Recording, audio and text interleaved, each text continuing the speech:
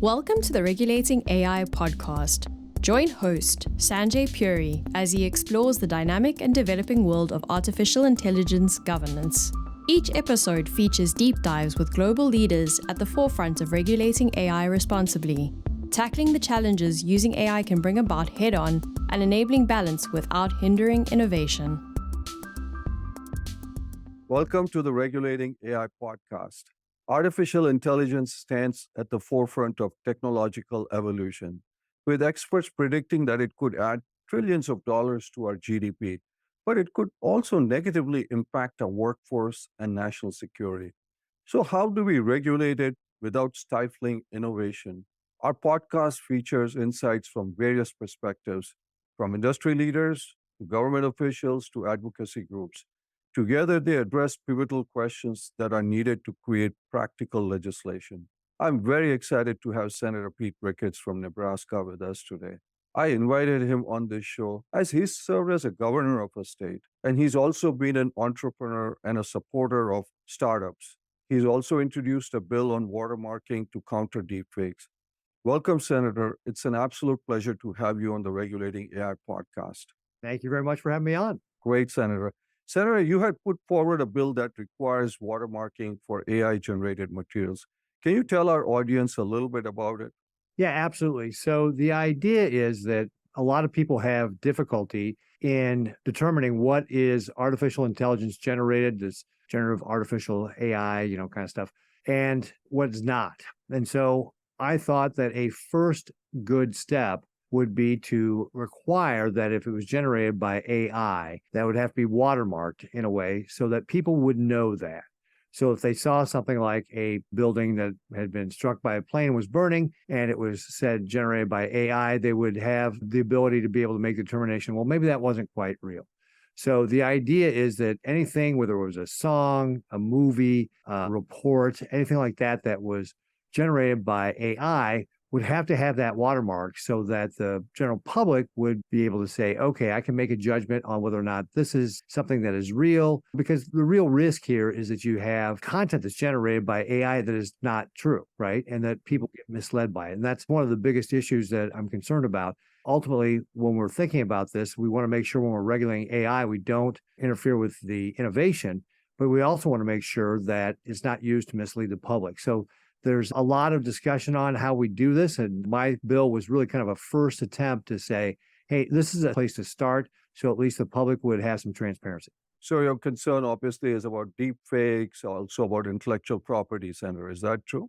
Yeah, absolutely. For example, there's been a variety of different situations already where deep fakes have been out there. There was one with Zelensky, for example, saying he was surrendering Ukraine. And that sort of thing can create all sorts of disruptions for people's lives and the marketplace and so forth. And so we wanted to take a whack at trying to let people know that, hey, if you saw that and it was regular, at least in this country, it was stamped A, then you'd be able to make that determination. And of course, if the person was doing a fake without that watermark, then we'd be able to take, civil steps against them. Oh, that's very helpful, Senator. So that leads us to the question, Senator. As I said, you've been a governor, supporter of entrepreneurs. What concerns you most about this transformative technology, Senator? I think that just what we laid out already is this really does have the potential to really have a positive influence on so many different aspects of our lives. We've been having a number of hearings with different folks that are involved in the industry. For example, Elon Musk, a number of the companies has been a Steve Case. There's been a number of companies that have been on there that are involved in the industry.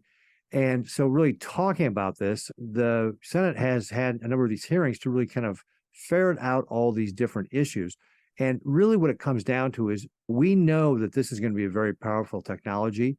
It can be used for a lot of real good. And it can also, like any tool, be also used for things that are harmful. And so we want to find what are the guardrails we have to put in place. We don't want to stifle the innovation. We know that countries like the People's Republic of China and Russia are interested in investing in AI and that they'll use those applications in potential ways that could harm us. You may use them for military purposes. So we're going to have to make sure that we are keeping up with where this is going to stay competitive with them. But we also know that we want to make sure that there's guardrails on this so that the public is not taken advantage of, they're not misled. deepfakes generated by AI can ruin lives, impact markets, influence elections. AI poses a threat to our national security, could play a role in undermining our elections. So we have to take all these threats seriously and make sure that we're putting the right rules in place to be able to allow people to incorporate AI into their everyday lives and mitigate the risks. Senator, you've been a big supporter of small businesses, entrepreneurs, being an entrepreneur yourself. As you know, in the social media, a few companies have consolidated their hold on that. And there's a concern that similar stuff could happen in AI. How do we make sure that small companies, manufacturing companies, Midwest, community colleges all have a voice as legislation gets framed? And it's not just these 3, 4 big companies who have huge dollars supporting it get control of this. Yeah, absolutely. So if you look at some of the hearings that have been held on this, Senator Rounds, Senator Young on the Republican side, Senator Hendricks, Senator Schumer on the Democrat side, it's been bipartisan, and it's been quite inclusive with regard to the people that are participating. They've had people talking about small businesses, but we've also had folks, for example, representing the unions be a part of this. So they are making a big effort to include a lot of different people to weigh in on what sort of regulation ought to be involved to make sure that we're not just concentrating this in the power of a few people. For example, some of the folks have been talking about open AI, making sure the algorithms are out there so that would be transparent. Is there a role for that somewhere? So I think there's a lot of effort being made to be thoughtful about how this regulation is going to be put in place so that we are keeping it as inclusive and as open as possible. Senator, you've been a governor of a state, so you understand state and local laws. How likely is federal preemption of state and local laws, given that there are so many state laws like that out there, so that we prevent a patchwork of regulations that happen with data security, Senator?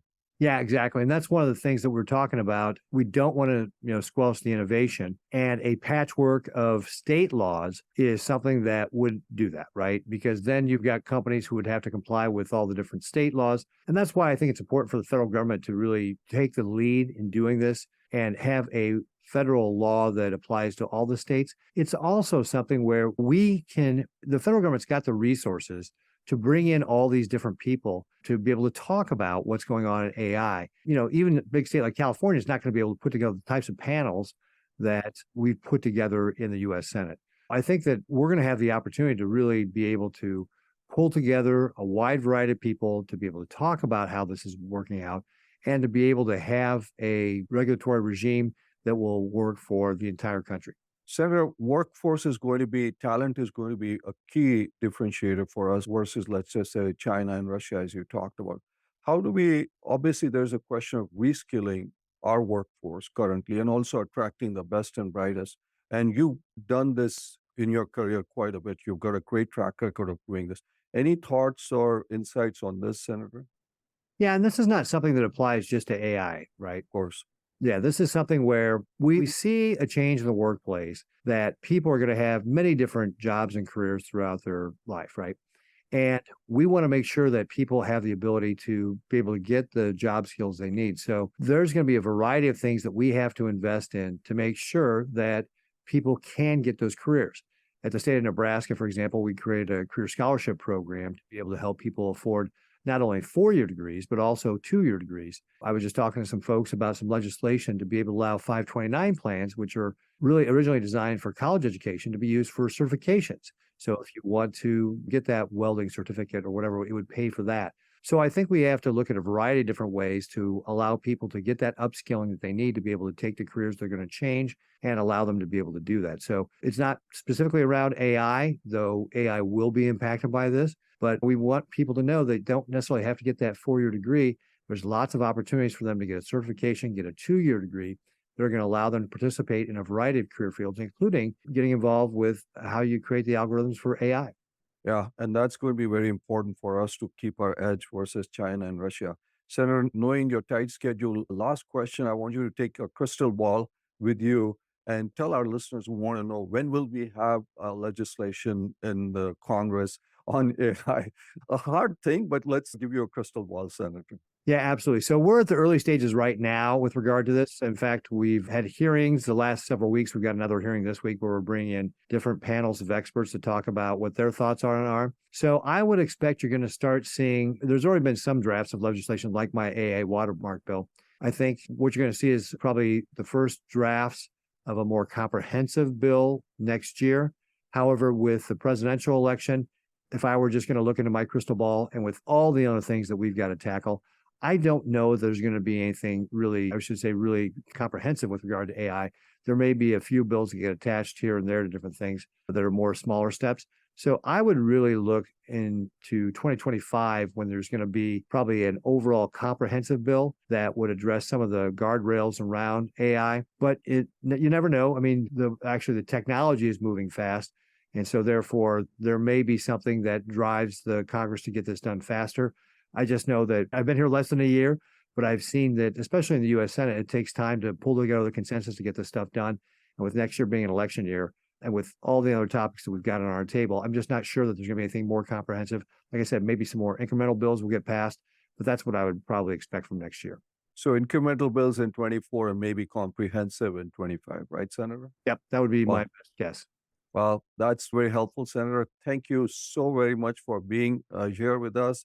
And we really look forward to continuing the dialogue with you and look forward to supporting you as you go through your efforts, Senator.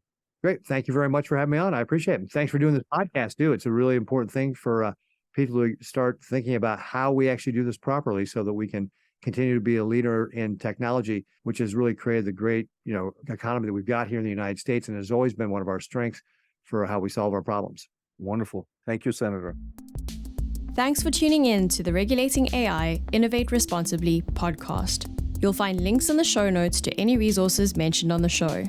If you're enjoying our podcast, please subscribe so you'll never miss an episode and leave us a 5-star review.